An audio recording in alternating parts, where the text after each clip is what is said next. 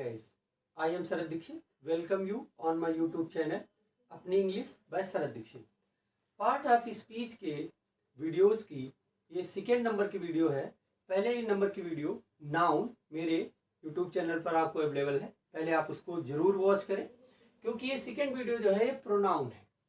Pronoun के बारे में कहते हैं कि a word that take place of a noun, it means it is a substitute of noun, और सिंपल कह सकते हैं it is a shadow of noun, means उसकी परछाई है, उसकी जगह पे यूज होता है। मीन्स जहां जहां हम नाउन का यूज करते हैं वहां वहां हम प्रोनाउन का यूज कर सकते हैं।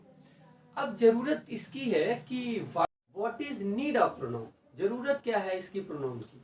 मीन्स क्या करता है ये, it is use not to repeat the noun, ये इसके लिए यूज किया जाता है कि हमको नाउन का यूज बार बार ना करना पड़े। जैसे देखिए मैं आपको क्लियर समझा देता हूँ।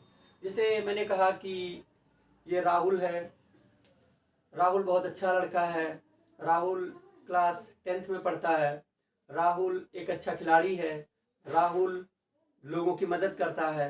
राहुल राहुल राहुल कहते कहते आप बोर हो जाएंगे कि एवरी टाइम रिपीटर हो।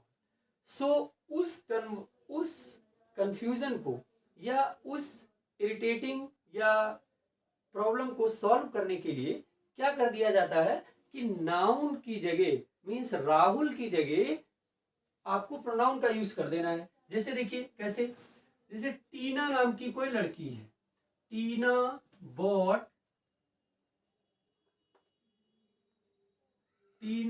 Bot mangoes. देखते रहना, आपको क्लियर समझ में आ जाएगा कि प्रोनाउन का यूज करते क्यों है। अब देखिए दूसरी जगह भी अगर हम ये लिखें कि टीना वांट टू डिस्ट्रीब्यूट मैंगोज,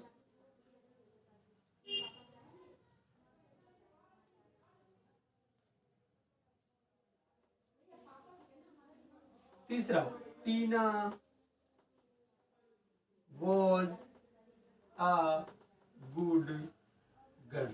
अब देखते रहिए कि टीना टीना कहते कहते हमने उसको बहुत लंबा बहुत बार कह दिया। अब अभी सेकेंड तक तो आप टॉलरेट कर सकते थे, फिर अगर रिपीटेड फॉर्म में बढ़ता जाए तो इस सिचुएशन से निकलने के लिए इंग्लिश में नाउन के प्लेस पे प्रोनाउन का यूज हो जाता है। जैसे टीना के प्लेस पे सी का यूज हो जाएगा और इस मैंगोज के प्लेस पे देम का यूज हो जाएगा क्योंकि मैंगोज जो है वो प्लूरल है।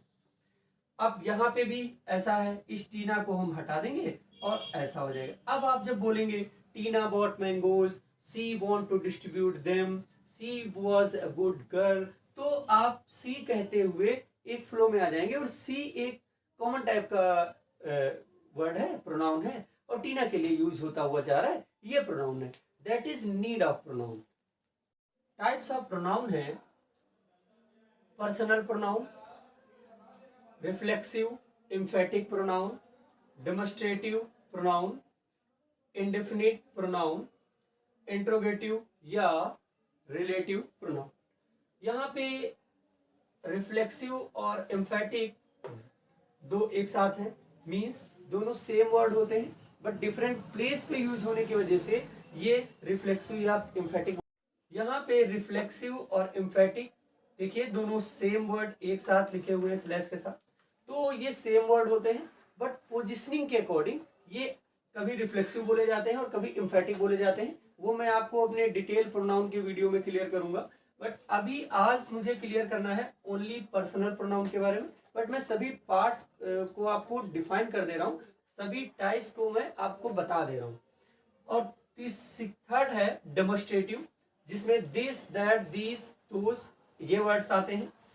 4 है इंडेफिनिट प्रोनाउन, जैसे all, many, every, none, but, none etcetera, इस तरीके के आते हैं। और जैसे interrogative and relative, who, what, which, where, whose, ऐसे करके वर्ड्स आते हैं। इनको भी, इनके क्या यूज है, इनका भी मैं प्रोनाउन के जो बचे हुए पार्ट्स में डिटेल में करूंगा, बट जो बेसिक है वो है पर्सनल प्रोनाउन।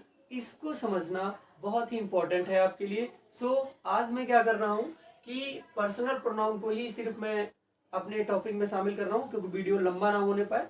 शॉर्ट वीडियोस में मैं अपने नेक्स्ट वीडियो में इन टाइप्स का यूज क्लियर कर दूंगा आपको। बट टुडे पर्सनल प्रोनाउन के बारे में बात करते हैं। जैसे मैंने आपको बताया था कि टाइप्स ऑफ प्रोनाउन में उनके जो टाइप्स हैं वो मैंने आपको बता दिए हैं, और उन टाइप्स ऑफ प्रोनाउन को मैं डिटेल में आगे आपको एक्सप्लेन करूंगा।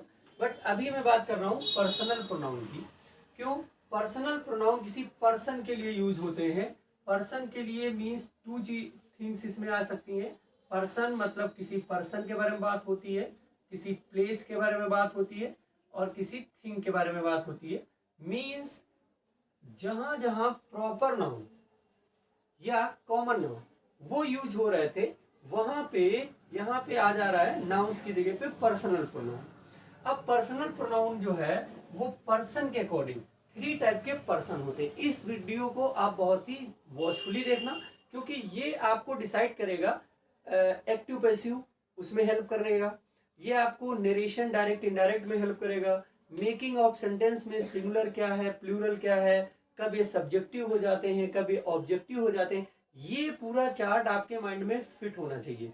जब ये एकदम क्लियर आप समझ लेंगे तो ये थ्योरी ऑल टाइम आपको हेल्प करेगी सेंटेंस मेकिंग में, एक्टिव पैसिव्स में, और नरेशन में, और ग्रामर के बहुत सारे जगहों पे। बहुत इंपॉर्टेंट टॉपिक है, और इसको एक भी सेकेंड, एक भी मिनट आप मिस मत करना। क्यों? अगर आप लिखा हुआ तो आप बुक्स में देखते ही हैं, बट कितना आप समझते हैं उसके लिए आपको मेरे वीडियो को बहुत ही अटेंशनली देखना है, और उसके लिए आप रेगुलरली मेरे साथ बने रहें। और मैं आपके साथ हूँ और आप मेरे साथ हैं, जैसे हम लोग को पता है। You know me and I know to you. So keep watching, keep supporting. Please मेरे चैनल को सब्सक्राइब जरूर कर दें और बेल आइकन को प्रेस कर दें, जिससे मेरे नेक्स्ट वीडियो की नोटिफिकेशन आप तक इजीली पहुंच सके। और मेरे चैनल को लाइक जरूर करें। अगर आपको अच्छा लग रहा है तो प्लीज लाइक करें, क्योंकि आप देख लेते हैं लाइक नहीं करते हैं तो अच्छा थोड़ा सपोर्ट लगता है, that is a boost. So please जरूर लाइक करें, और नेक्स्ट अपने दोस्तों को, अपने रिलेटिव्स को आगे इसको फॉरवर्ड करें कि वो लोग भी ये देख के अपने नॉलेज को इम्प्रूव करें। मैं पहले ही कह चुका हूँ, this is a platform for Hindi speaking. Means जो लोग अपने आप को समझते हैं कि इंग्लिश मेरी लैंग्वेज नहीं है, वो लोग ये समझ लें कि उनको इंग्लिश में सिखा के रहने वाला हूँ। क्या समझना है? देखिए, पर्सन 3 टाइप के पर्सन है, फर्स्ट, सेकेंड और थर्ड। मीन्स जो डायरेक्ट स्पीकर है, जो खुद बात कह रहा है, जैसे यहाँ पे अभी मैं बात बोल रहा हूं तो मैं फर्स्ट पर्सन हूं जिससे बोल रहा हूं। अभी आप यूट्यूबर हैं, मैं आप यूट्यूब पे मुझे देख रहे हैं, तो आप डायरेक्टली तो मुझे देख ही रहे हैं, इसलिए आप यू हो गए। अगर हम किसी के बारे में बात कर रहे हैं जो यहाँ पे है नहीं, तो वो थर्ड है। मीन्स जैसे कहते हैं ना, क्यों थर्ड पार्टी बने हुए हो तो थर्ड मतलब जो वहां नहीं है, तो उसको बोलते हैं थर्ड। अभी धीरे धीरे आपको ये सारी चीजें क्लियर होती जाएंगी। तो फर्स्ट पर्सन में फर्स्ट पर्सन, सेकेंड पर्सन और थर्ड पर्सन। तो फर्स्ट में देखिए, यहाँ पे मैंने 2 इसको कैटेगरी में बांट दिया है। एक हो गया है सिंगुलर और एक हो गया है प्लूरल। तो कुछ सिंगुलर और प्लूरल कैसे करेंगे? जैसे आई को सिंगुलर और वी को प्लूरल मानते हैं, लेकिन वर्ब के यूज में जब आप आई को समझना स्टार्ट करेंगे तो कुछ टेंसेज में आई जो है वो सिंगुलर वर्ब के साथ यूज किया जाता है, और कुछ टेंसेज में आई को प्लूरल वर्ब के साथ यूज किया जाता है। वो अपने मैं टेंसेज के वीडियोस में और वर्ब्स के यूज के वीडियोस में क्लियर करूंगा। तो देखते हैं, अभी प्रोनाउन पर कंसंट्रेट करते हैं। 3 टाइप्स में बांट सकते हैं, सब्जेक्ट, पॉजिटिव और ऑब्जेक्ट में।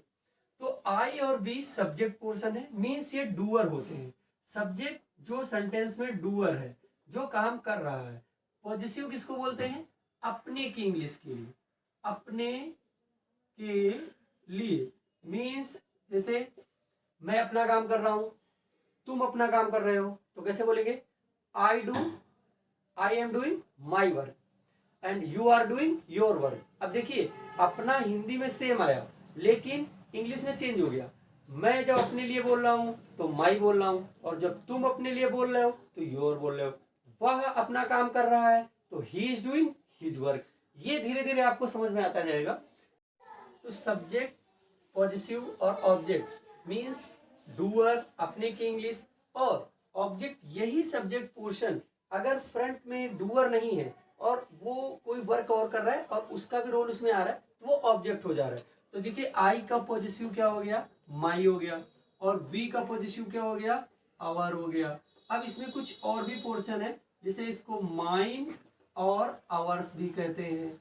अब उनकी क्या सिचुएशन है, उनका यूज कैसे होता है, वो थोड़ा डिटेल में अपने वीडियोज में, वीडियो लंबा करने से थोड़ा बोरिंग ना हो जाए, इसलिए मैं शॉर्ट में आपको ये चीजें समझाता रहूंगा।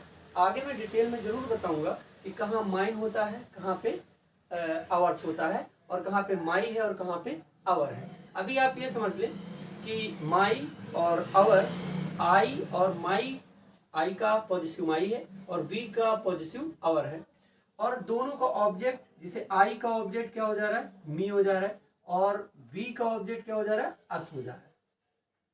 तो पहले अभी आप ये समझ लें कि सिंगुलर प्रोनाउन कौन है, प्लूरल प्रोनाउन कौन है, उनके साथ कौन सी पॉजिटिव लगती है, और उनका ऑब्जेक्टिव जो वर्ड है वो क्या है। आज क्लियरली आपको ये थ्रू आउट समझना है। इसमें कुछ और इंटरेस्टिंग फैक्ट में ऐड करता रहूंगा, वो आप जरूर मिस मत करें, देखते रहें उनको। अब जो सेकेंड पर्सन है, मीन्स जिससे बात हो रही है, मैंने कहा था जो कहता है वो फर्स्ट पर्सन है, जिससे कहता है वो सेकेंड पर्सन हो गया।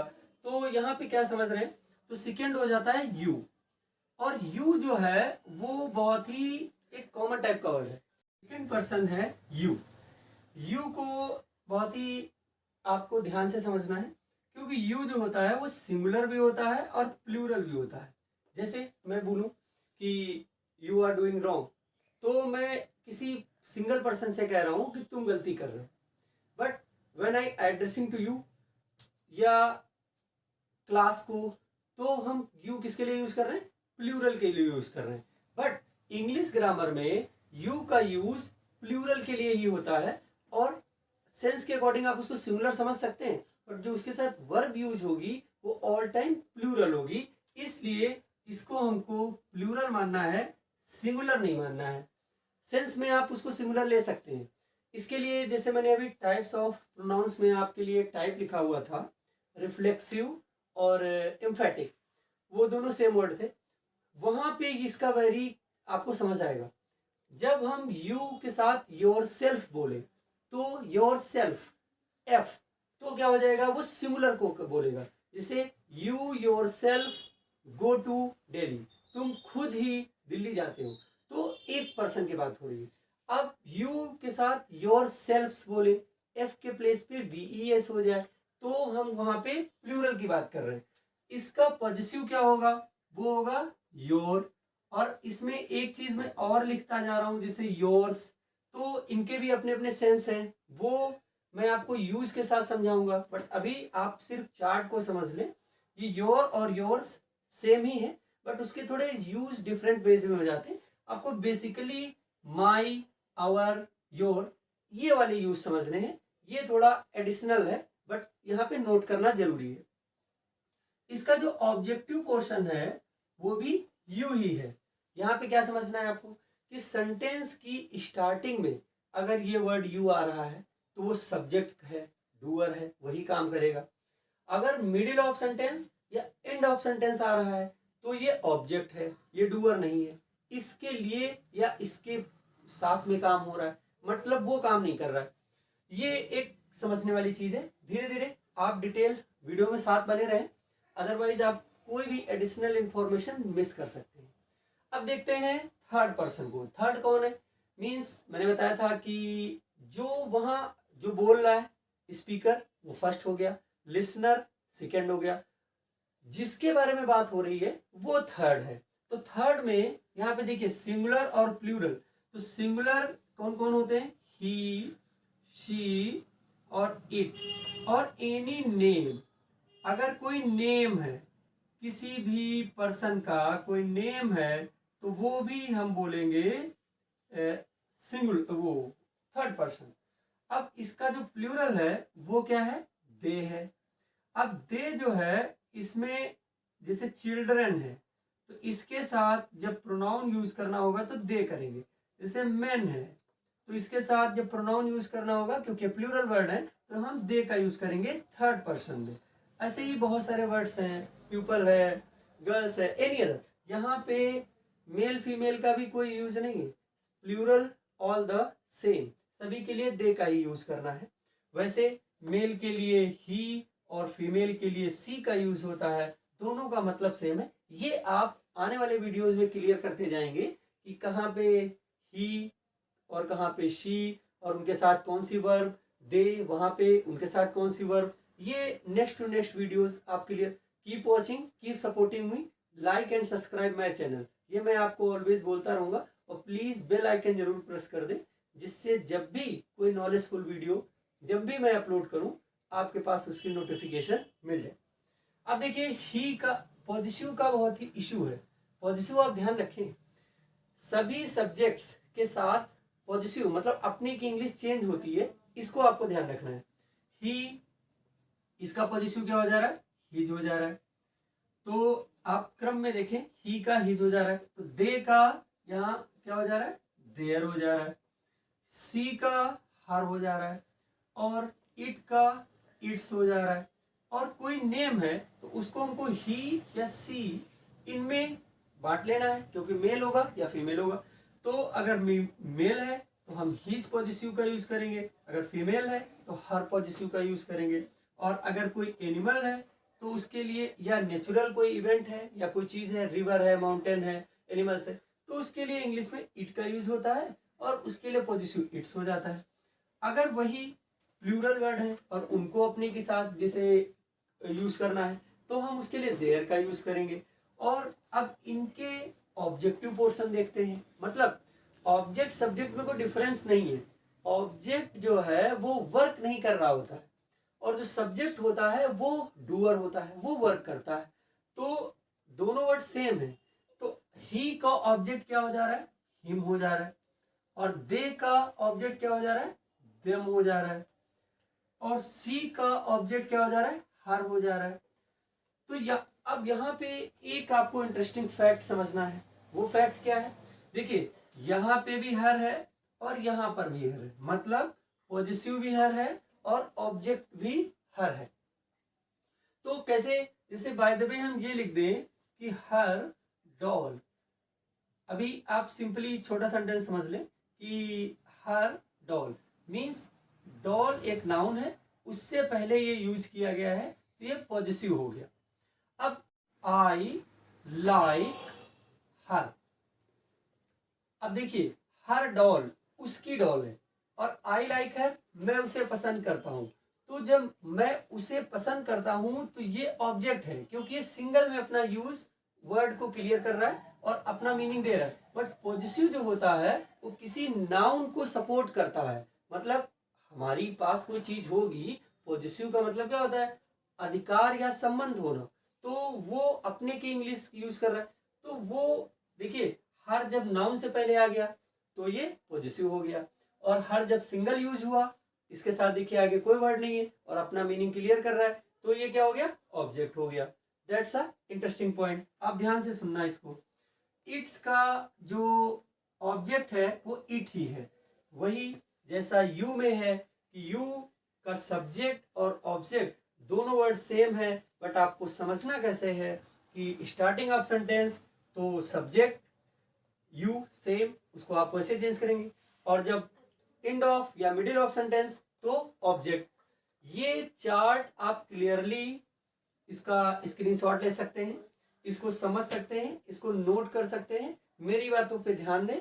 ये चार्ट आपको एक्टिव पैसिव में, नरेशन में, ट्रांसलेशन मेकिंग में, एवरी प्लेस इंग्लिश ग्रामर में हेल्प करने वाला है। बिना इसके आप सटीक ट्रांसलेशन, सटीक नरेशन या एक्टिव पैसिव को बिल्कुल पॉसिबल नहीं है आपके लिए करना। सो टेक इट, और बार बार इसको देखते भी रह सकते हैं। अगर और जो इसका डिटेल इंफॉर्मेशन है वो अपने मैं नेक्स्ट वीडियो में डालूंगा। सो अगर ये वीडियो आपको पसंद आया हो please like it, share it and subscribe it, और बेल आइकन को जरूर प्रेस कर दें। Keep watching, keep supporting me, that's all.